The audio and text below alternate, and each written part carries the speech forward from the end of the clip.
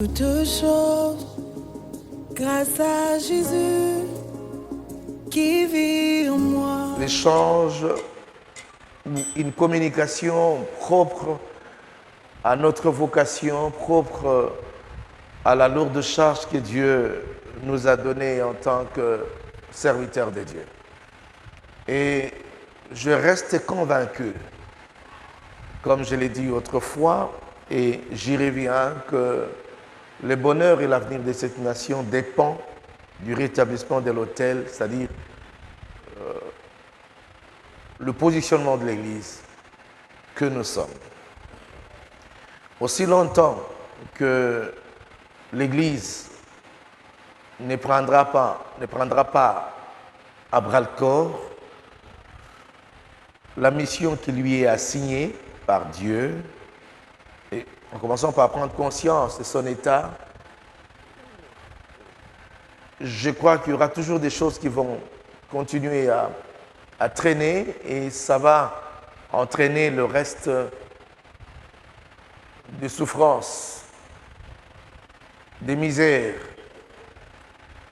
Et par conséquent, c'est nous qui sommes de manière directe le responsable de la grande misère de ce peuple. Nous sommes le responsable. Je voudrais, à la lumière de notre vocation et de notre foi, nous dire des choses telles qu'elles sont. Aujourd'hui, en commençant par le président de la République, chef de l'État, jusqu'aux derniers citoyens de ce pays, tous n'arrêtent de dire qu'il faudrait qu'il y ait forcément l'intervention de Dieu pour notre nation. On est en ce jour convaincus, nous sommes à ce jour convaincus qu'il faudrait qu'il y ait forcément l'intervention de Dieu pour que notre nation quitte cet état de souffrance, de limitations, des problèmes. Alors, s'il faudrait que Dieu intervienne, comment va-t-il le faire? Alors, qui sont censés engager le ciel dans un combat ou dans une bataille au niveau gouvernemental ou au niveau de l'État? Depuis la nuit du temps, nous avons toujours connu, et cela n'a jamais changé, que Dieu a des instruments, Dieu a des hommes qui l'écoutent, qui l'utilisent.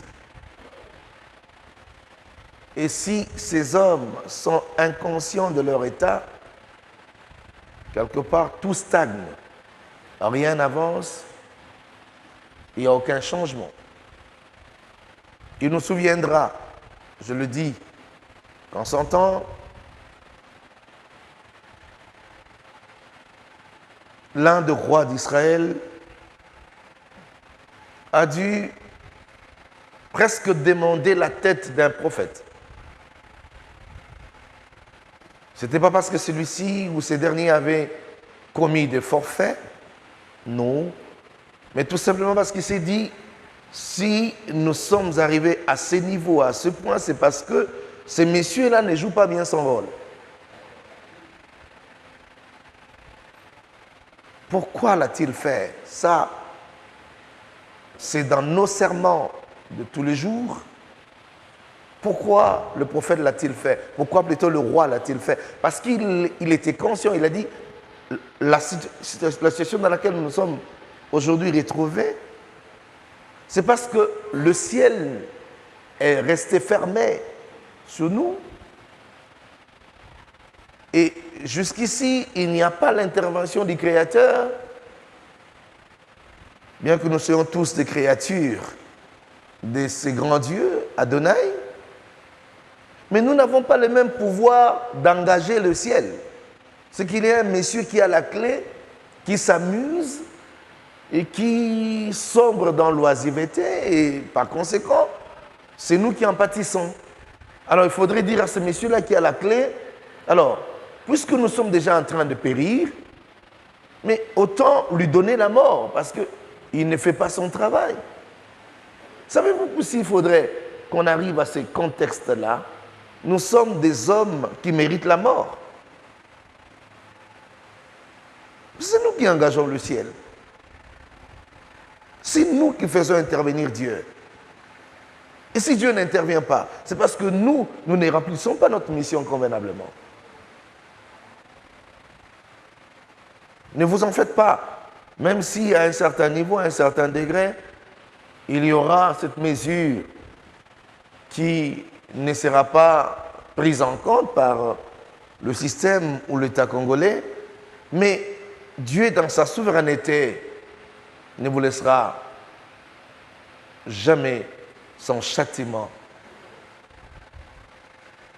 Parce que nous avons une charge, nous avons une mission que nous refusons avec notre conscience de remplir et de prendre à main.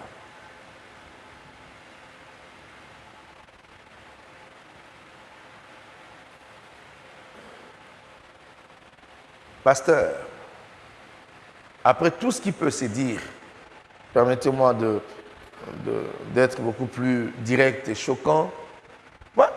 Avec tous les scénarios des députés restent là, moi je ne vois pas ces politiques-là changer la situation de ce pays. Je ne le vois pas. Je suis désolé. Ils ne vont pas changer les choses dans ce pays. Mais je crois à des hommes qui peuvent attirer la faveur divine.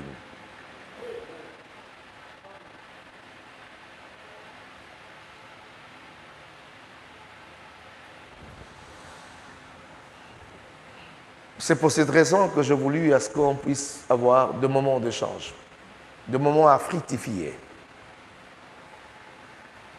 Des moments à fructifier.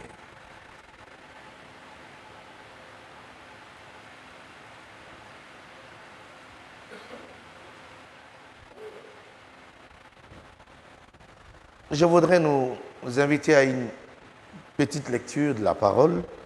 Cela nous arrange, que cela nous arrange. Acceptez que l'on lise un tout petit peu Josué chapitre 5e, le verset 2e jusqu'au verset 9e. En ces temps-là, l'Éternel dit à Josué, « Fais-toi des couteaux de pierre et circoncis de nouveau les enfants d'Israël une seconde fois. » Josué se fit des couteaux de pierre et circoncis les enfants d'Israël sur la colline d'Aralot. Voici la raison pour laquelle Josué les circoncis. Tout le peuple sorti d'Égypte, le mâle, tous les hommes de guerre étaient morts dans le désert, pendant la route, après leur sortie d'Égypte. Tout le peuple sorti d'Égypte était circoncis. Mais tout le peuple né dans le désert, pendant la route, après la sortie d'Égypte, n'avait point été circoncis. Car les enfants d'Israël avaient marché 40 ans dans le désert jusqu'à la destruction de toute la nation des hommes de guerre qui étaient sortis d'Égypte et qui n'avaient point écouté la voix de l'Éternel. L'Éternel leur jura de ne pas leur faire voir le pays qu'il avait juré à leur père de nous donner, pays où coule le lait et le miel. Ce sont leurs enfants qu'il établit à leur place. Et Josué les circoncis. Ils étaient incirconcis parce qu'on ne les avait pas circoncis pendant la route. Lorsqu'on eut achevé de circoncire toute la nation, ils restèrent à leur place dans le camp jusqu'à leur guérison. L'Éternel dit à Josué, « Aujourd'hui, j'ai roulé de dessus vous l'opprobre de l'Égypte, et ces lieux furent appelés du nom de Gilgal jusqu'à ce jour. » Parole du Seigneur. Le défi qui nous attend est énorme. Notre responsabilité, notre charge n'est pas à négliger, pasteur, évêque, serviteur de Dieu. Que si nous ne comprenons pas ce à quoi Dieu nous appelle, non seulement que le pays sera en train de s'accroupir et de subjuguer, nous-mêmes aussi, par conséquent, nous serons en train de moisir.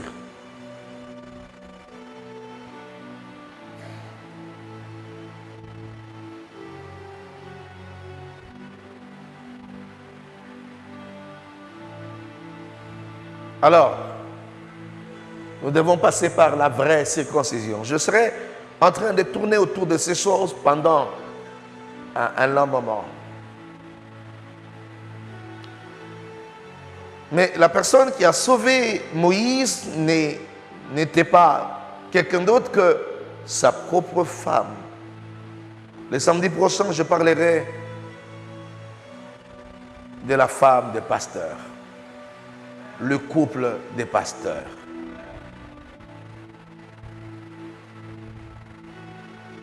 Pasteur, votre directeur du cabinet, votre secrétaire permanent, votre assistant le plus redoutable, votre accompagnateur le plus meilleur, votre complice la plus crédible, c'est votre femme. Si vous n'arrivez pas à le comprendre, vous ne serez qu'en train de faire les sous-places.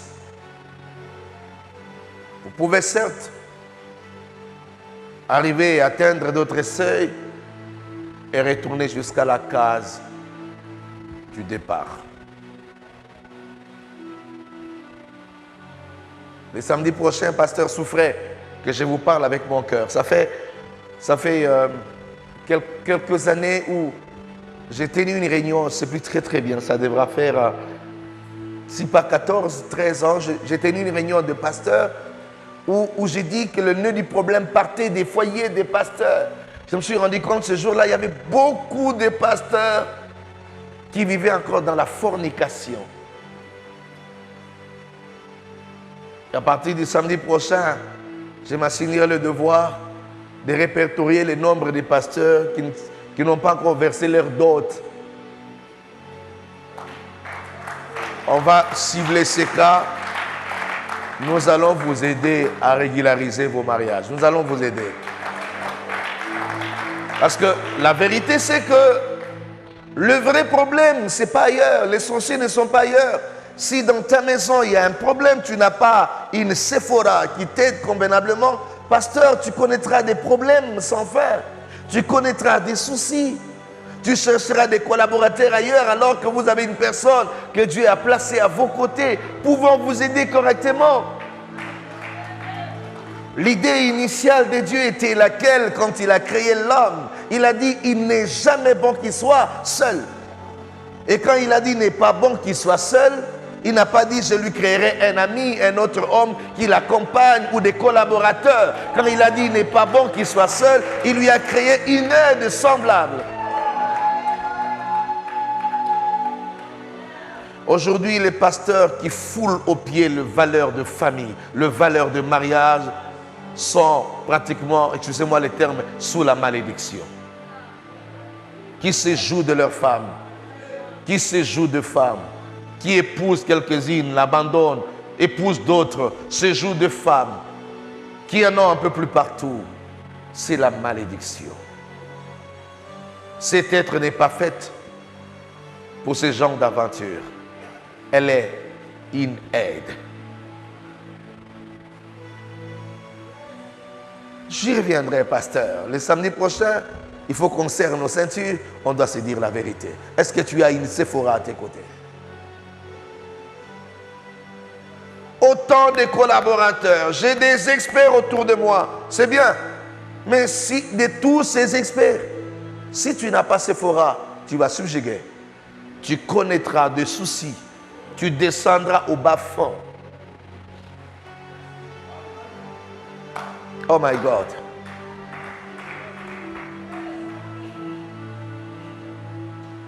Je ferme ça.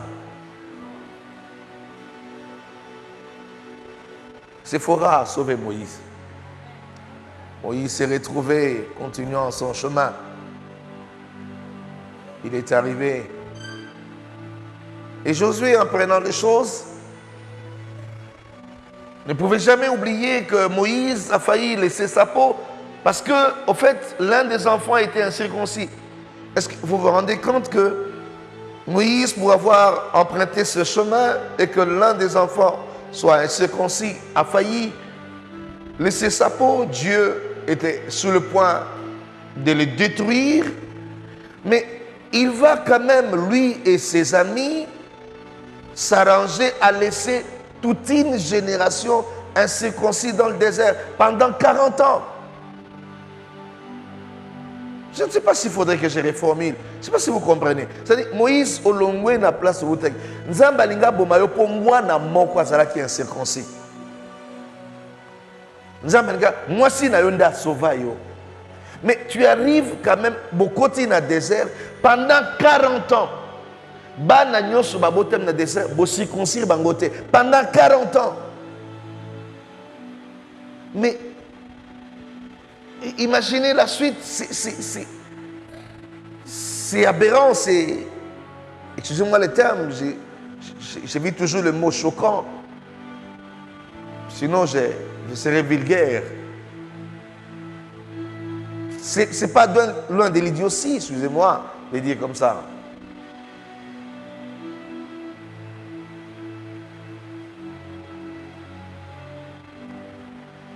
La force de l'Église, ce ne sont pas des infrastructures que nous avons. La force de l'Église, ce ne sont pas des beaux bâtiments que nous avons. La force de l'Église, c'est la qualité des membres. La qualité des membres. Car hier, nous n'avions même pas de bâtiments à construire. Nous n'avions même pas de propriétaires. On s'abritait juste presque sous des arbres et des rameaux. Mais nous avions la grâce. Nous étions couverts de toute la gloire.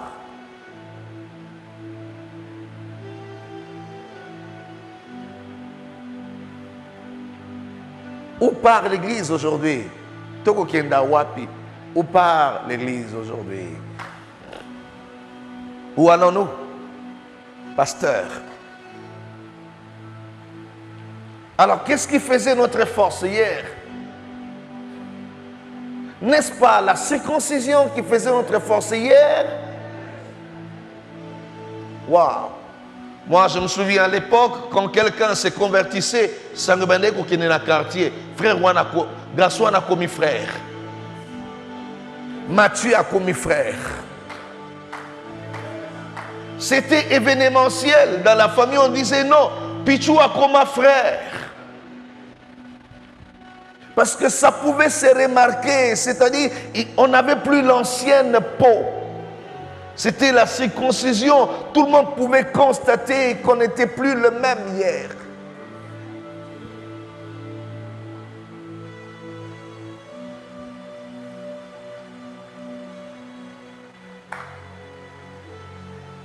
La circoncision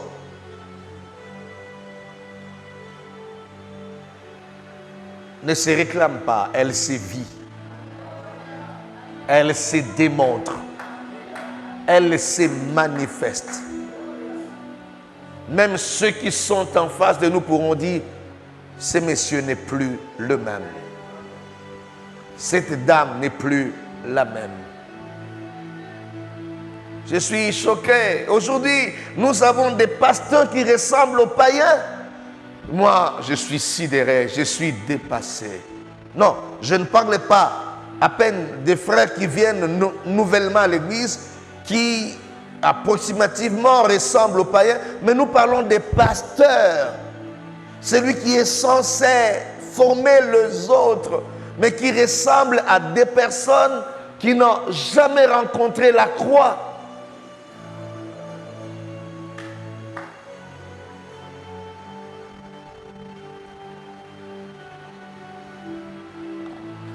Les passages que je viens de lire aujourd'hui, au verset 9e, c'est-à-dire Josué chapitre 5, au verset 9e, quand Josué a fini de circoncire les gens dans le camp, le peuple est resté dans le camp, tous les soldats dans le camp avec leurs plaies. Le jour où les plaies étaient cicatrisées et qu'ils étaient tous guéris, l'Éternel Dieu dit à Josué, il dit, aujourd'hui, j'ai roulé de dessus vous l'opprobre de l'Égypte.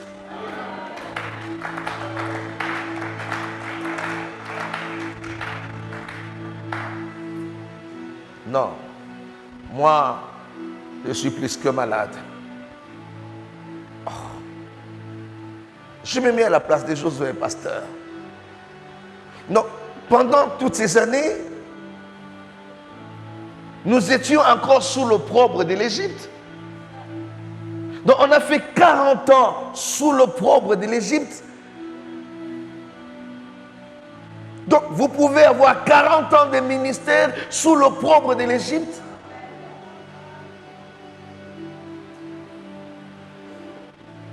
J'ai 10 ans de ministère, j'ai 15 ans de ministère, j'ai 25 ans de ministère, j'ai 30 ans de ministère, j'ai 40 ans de ministère, mais sous l'opprobre de l'Égypte.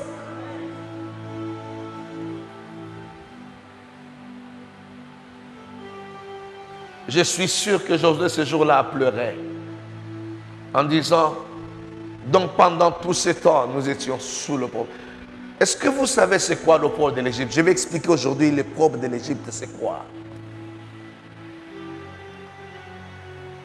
L'opprobre, c'est une sorte de honte. Pas seulement une simple honte,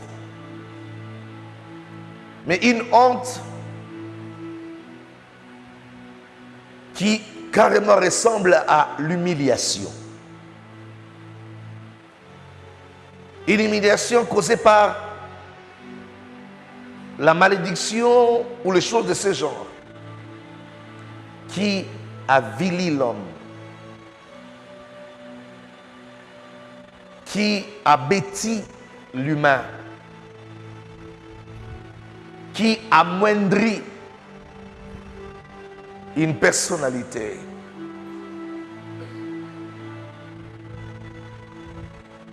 Qui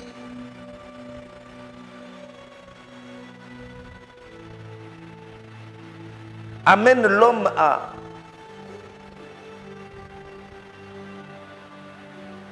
la plus grande ignominie. Ignominie. C'est ça l'opprobre.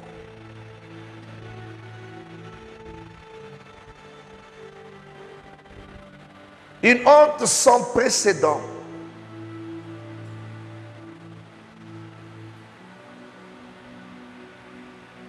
Pasteur,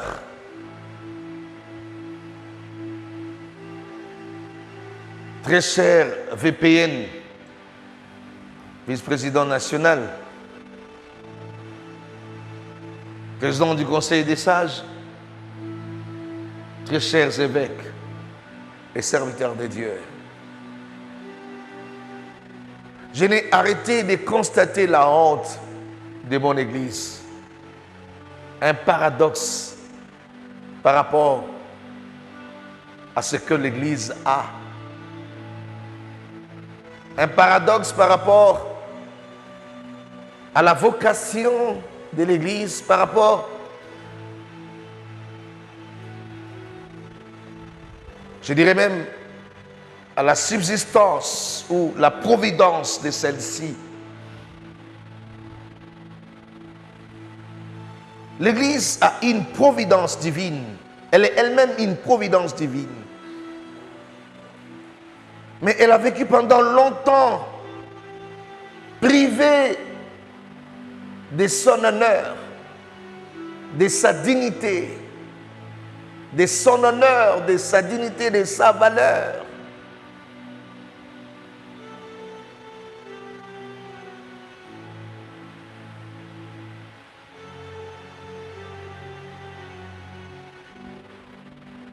J'ai toujours été choqué quand je vois que la personne d'un prêtre d'une autre confession religieuse soit beaucoup plus considérée à un pasteur.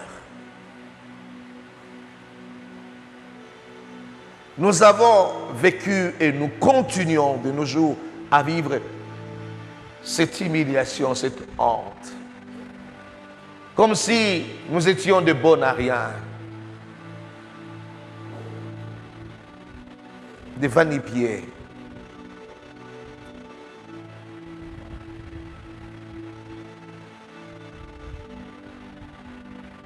C'est ça l'image qu'on a de l'homme pasteur de mon pays.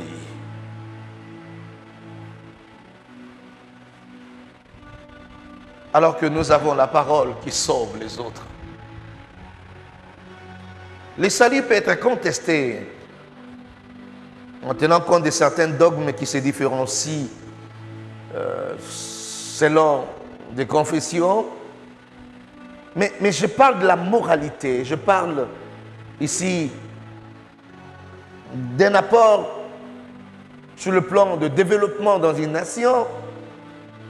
Je peux dire que l'Église a joué un rôle important.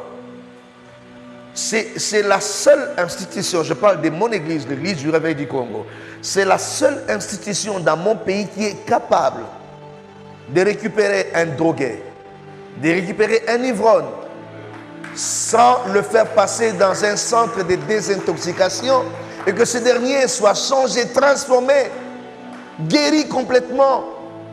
C'est la seule institution, à moins que quelqu'un d'autre me contredise, je ne pense pas qu'il y en aura, qui est en mesure de sortir de plus que psychologue, qui soit en mesure de traiter correctement les autres par des simples paroles qui sortent de leur bouche, avec une puissance extraordinaire, de consoler les cœurs.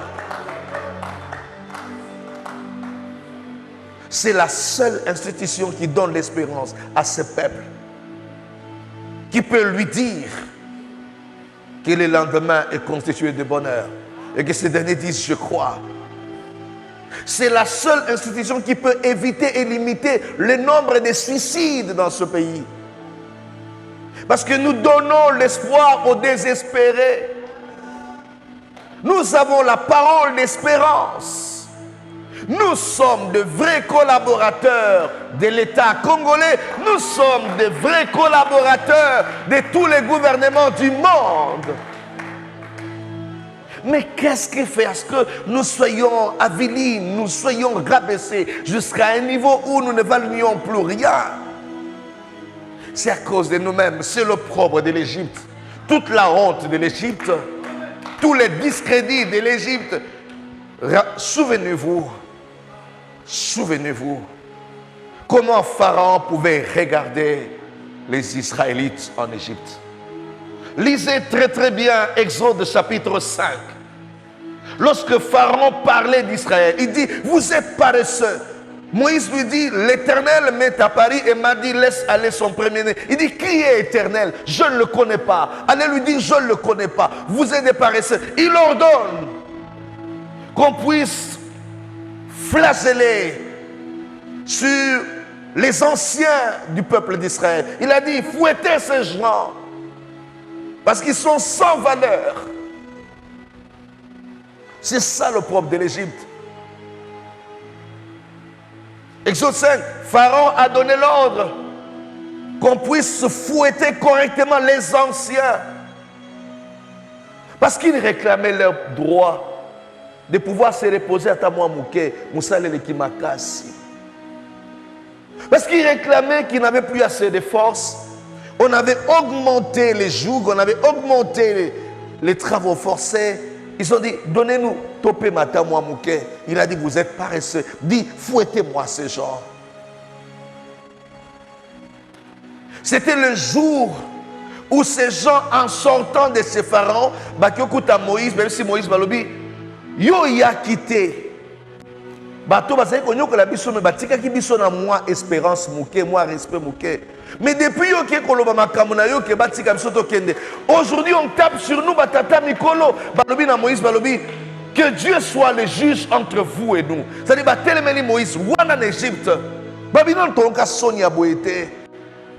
C'est le seul jour où Moïse est retourné vers Dieu en disant, Seigneur, je n'en peux plus.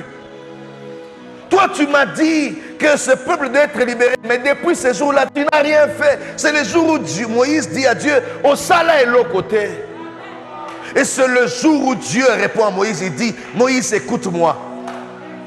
Tu verras désormais ce que je ferai à Pharaon. Il dit, tu verras. Dans Exode 6, il dit, tu verras. Il dit, une main le forcera. Une main l'obligera à le laisser partir.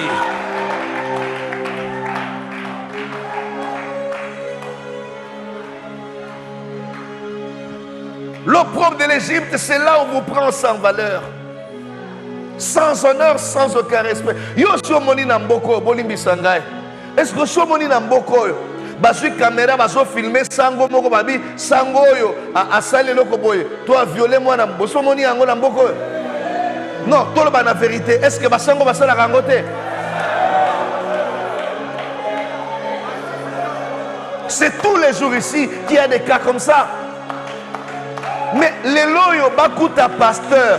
Atali kamboza ya soloté. Mouno soye na caméra na ye. Bota la pasteur o ya violé moi. Ateza ya soloté. Parce que nous sommes sans valeur. C'est ça l'opprobre de l'Égypte. Sans valeur, sans honneur.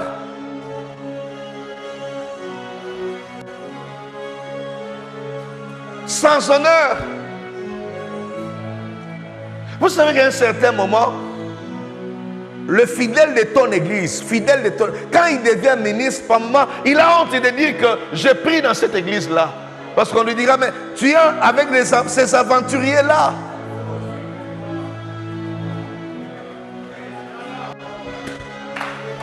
Tu es avec ces aventuriers-là.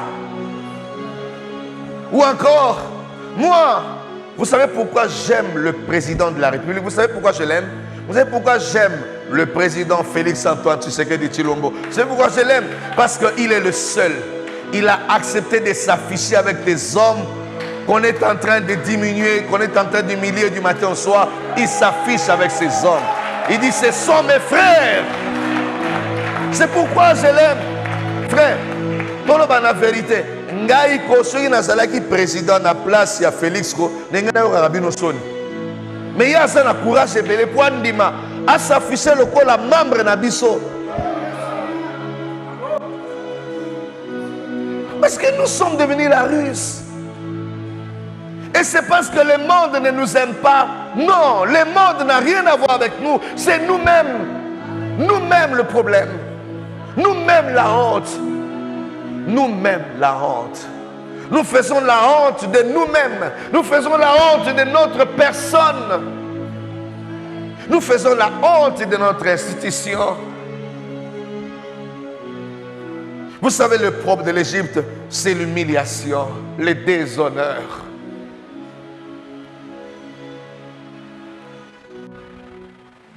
Moi, je préfère à ce que je me retrouve devant le cours des tribunaux, là où j'ai raison.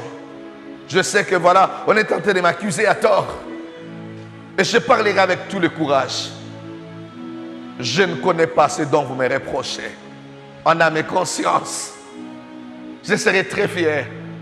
Quand je dirai, ben voilà, on est en train de me chercher des problèmes parce que je prêche la vérité. Et non qu'on établisse sur moi de certains griefs tels que on m'a vraiment vu en train de commettre l'impudicité et nu avec une caméra qui me filme et puis je suis devant les gens. C'est ça la honte. C'est ça la honte. Et que je dise non, non, moi en réalité je ne l'ai pas violée, mais elle a fait ça avec son consentement. Consentement de quoi? Des honneurs à mon âge là, me déshabiller là devant, et puis ça, excusez-moi le terme, c'est nous-mêmes le problème, vous le savez. C'est nous-mêmes le problème. Nous-mêmes le problème.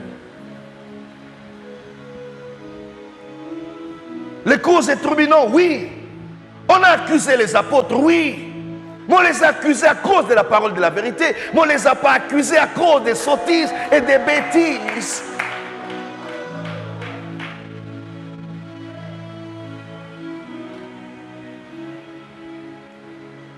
Très chers serviteurs de Dieu, l'opprobre de l'Égypte. La vérité, c'est que nous n'avons un peu de respect que dans nos réunions, nos salles de réunion, nos églises, où les gens nous acclament quand nous entrons. Mais dès lors que nous franchissons les limites de nos paroisses, de nos églises, de nos temples, dehors, nous sommes sans honneur, sans aucun respect. Et on nous dira, Bato Basaraka Soniwana, nous-mêmes, les gens qui font la honte. Pasteur, arrêtons de vendre une mauvaise image. Le vrai problème, pasteur, conservons notre consécration et notre relation parfaite avec Dieu.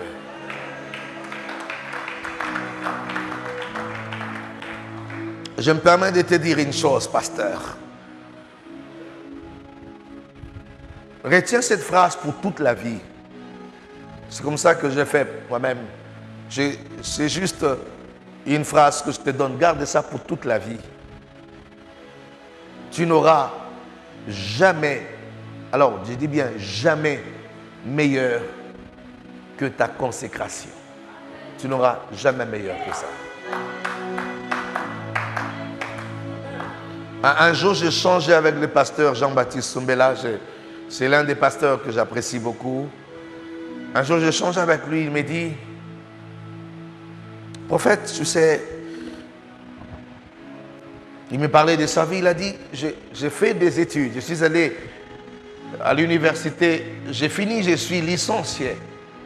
Je pense qu'il me parlait qu'il avait fait le droit, quelque chose de ce genre. Je ne me souviens plus très bien. Le droit, oui. Il a dit, depuis que j'ai fini à l'université, je suis intelligent, je maîtrise bien la chose. Mais ce que Dieu m'a donné, je ne pense pas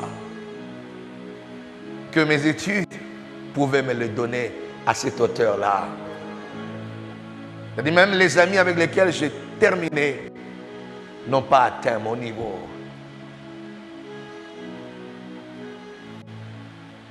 On n'aura, pasteur, jamais meilleur. On n'aura jamais meilleur que notre consécration. La consécration que nous avons, c'est la chose à préserver, pasteur. Babotolo église, et ça bâtiment. Bazoyo ba membre, bakoyaka lobby, mais babotolo jamais consécration na yo. Qu'on te retire jamais ça. Ça, c'est ce qui fait ta vie et ta personne.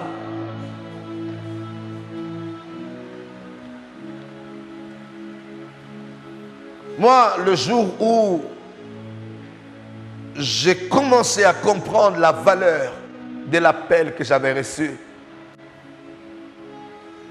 c'est le jour où on a proclamé le président de la République, président Félix Tshisekedi, chef de l'État dans ce pays par la CENI. Ce jour-là où on publiait, j'étais aux États-Unis. Certes, le lendemain, je suis rentré. Mais je pouvais voir, quand je suis arrivé à Paris, je pouvais voir dans mon téléphone, sur les réseaux sociaux, les photos du président Félix. On dit, voici celui qui est devenu président. C'est Dieu qui lui a donné ça. Et quand on montrait les photos, les seules photos qu'on a publiées, c'était les photos où j'étais en train de prier pour lui dans mon bureau. Il était à genoux. J'avais le pasteur Freddy Chembo et l'autre pasteur qui était venu, ils étaient venus prêcher chez moi. Et ce jour-là, le président était venu au culte comme tout le monde. Il n'était pas encore devenu président. Après le culte, il est entré dans mon bureau. J'ai dit, on prie pour lui. Il était à genoux. Et c'est la seule photo qui a circulé sur la toile. Mais j'ai dit, finalement, oh, quel honneur.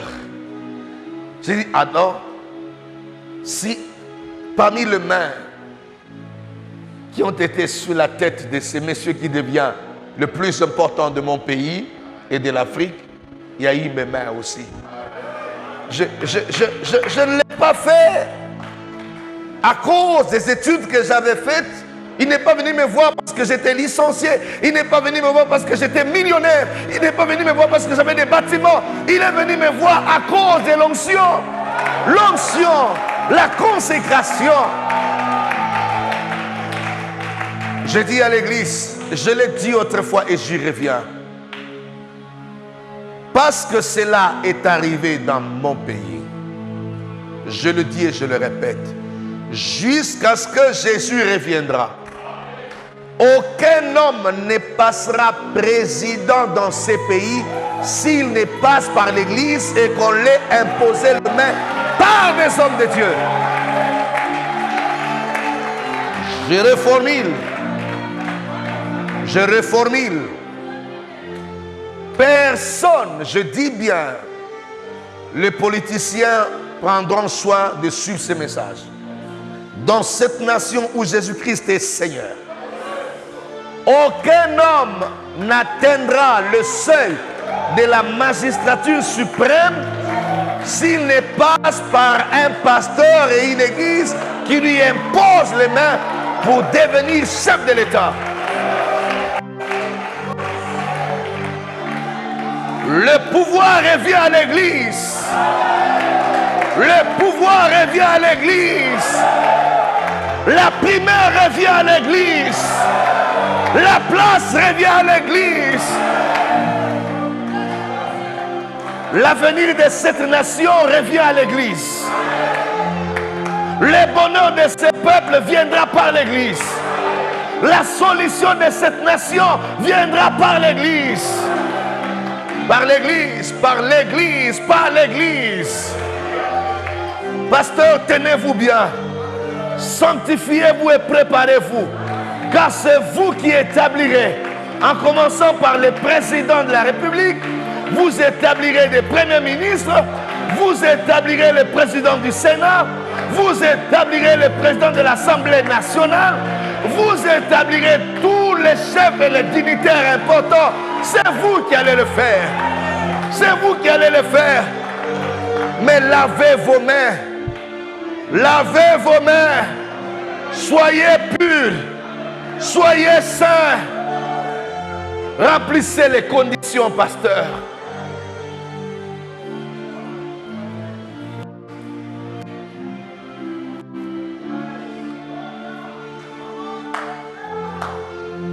L'opprobre de l'Égypte doit nous quitter.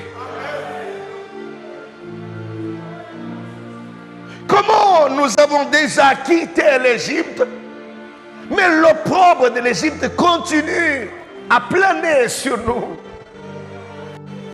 Oh, je prie Dieu, je prie le Dieu créateur. Les jours qui viennent, parce que nous prenons conscience que Dieu roule de dessus nous l'opprobre de l'Égypte, que Dieu l'enlève. Je suis en train de voir l'église du réveil du Congo vivre un temps nouveau, une vague nouvelle où Dieu est en train d'enlever la honte et l'opprobre de l'Égypte, l'opprobre de l'Égypte, l'opprobre de l'Égypte.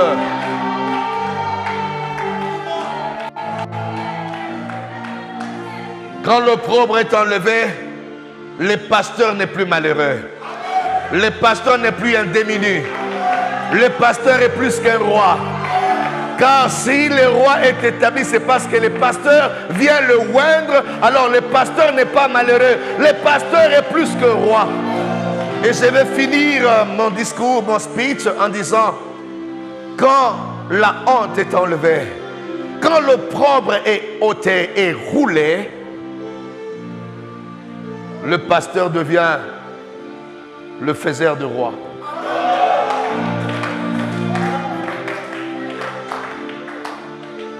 Non, non, je dis bien, l'homme de l'église devient le faiseur de roi.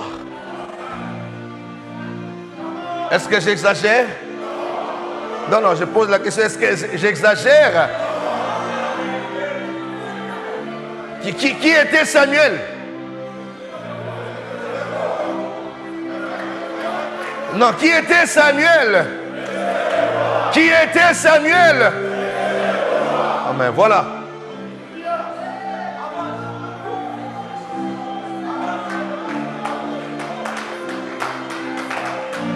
Samuel était un faiseur de roi. Et je ne dis pas le faiseur du roi, mais le faiseur des rois.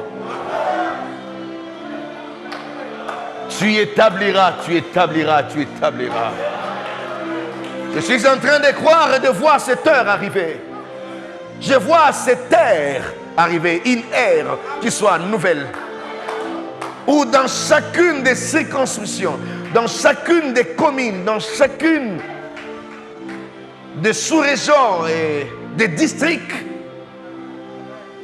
ce seraient les hommes d'église qui décideront qui va régner ou qui va diriger.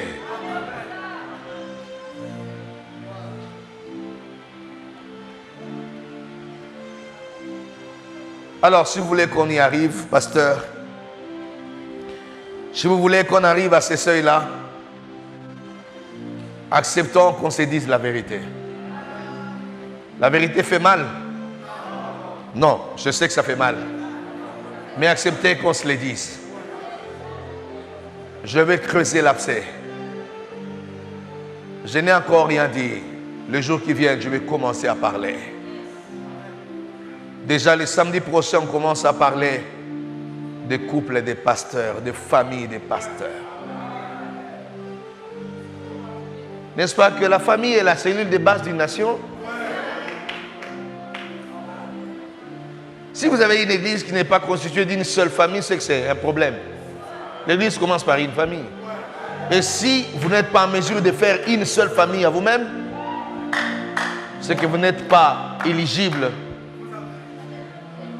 de diriger une église. Vous voulez être évêque? Que l'évêque soit marié à?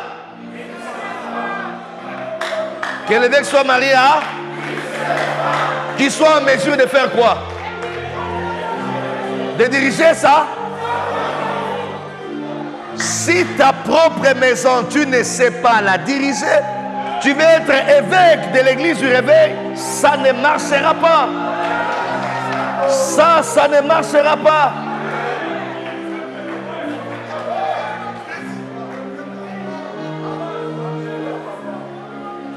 Évêque, ta femme doit être le premier fidèle de ton église qui croit que tu es pasteur.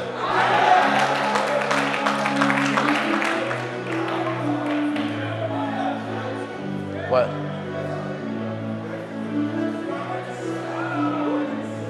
Que ta femme soit en mesure de croire que tu es un serviteur de Dieu.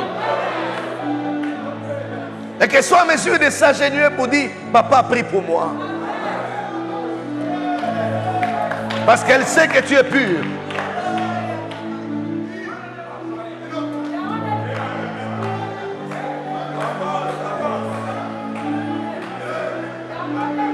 Ne vous en faites pas. Après le problème des familles des pasteurs, nous toucherons à l'occultisme et la magie qui entre à l'église.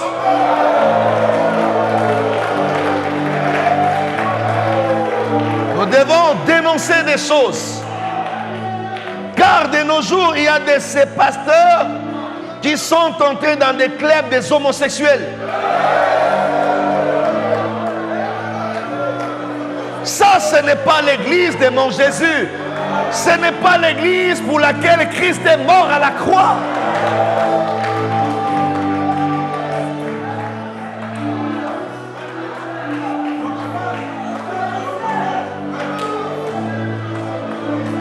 Des pasteurs assoiffés de pouvoir. Des pasteurs qui veulent à tout prix devenir des hommes politiques et gagner la vie, même s'il y a la saleté, avec la magie, avec l'occultisme, parce que je veux devenir un politicien, qui que ce soit. J'ai dit, pasteur, Jésus ne t'écoutera pas au ciel parce que tu as été un bon gouverneur, parce que tu as été un bon ministre. Jésus t'écoutera parce que tu as servi, tu as prêché aux autres. Au ciel, je ne rendrai pas compte de mon rapport politique. Au ciel, je rendrai compte du travail que j'ai fait pour les brebis du Seigneur. Les brebis du Seigneur. Les brebis du Seigneur. Honte à vous, pasteur. Honte à vous, serviteurs de Dieu. Qui dans votre tête, là, monsieur Ezate, car nakoma mokonzi, mawana yo. Pasteur, préoccupe-toi à gagner les âmes, à sauver des vies. Au lieu de ça, toute une conférence, comment Comment faire pour devenir ministre? Comment faire pour devenir gouverneur? Comment faire pour devenir bourgmestre? Fais un séminaire pour montrer à quelqu'un. Comment faire pour gagner le ciel? Comment faire pour rencontrer Jésus? Comment faire pour plaire à Dieu?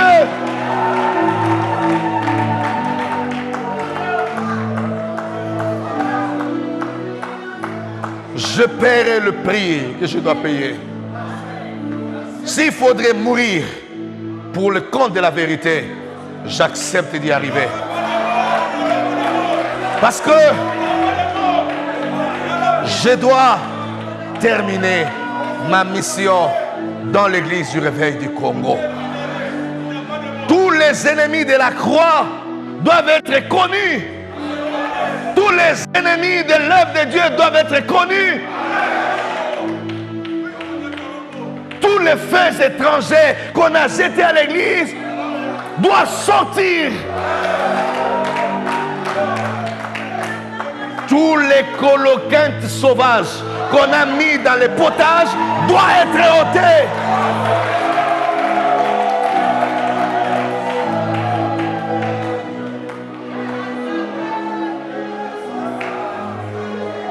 L'église du Seigneur doit être sanctifiée.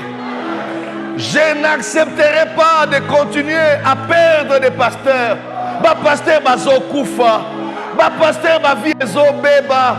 Pona koluka mbongo koluka kokoma bateau. Pasteur, la grandeur d'un serviteur de Dieu, ce ne sont pas des millions qu'il a, ce ne sont pas des belles voitures qu'il a, ce ne sont pas des gros temples qu'il a. C'est les âmes qu'il a pu sauver, des vies qu'il a pu atteindre.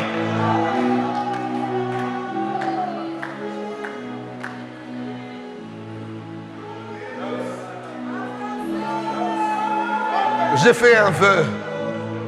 J'ai fait un vœu pendant tout ce temps de ne jamais crucifier la vérité. Je l'annoncerai, quel que soit les prix à payer. Pasteur, je vais finir en disant ceci, tout à l'an en face. Toboti Bana, Toti que la Bangolobi église Nini.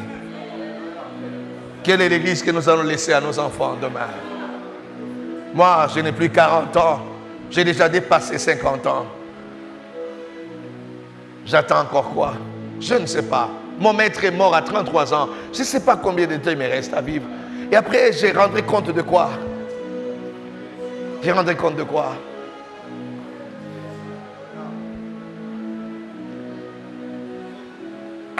Que Dieu bénisse son Église.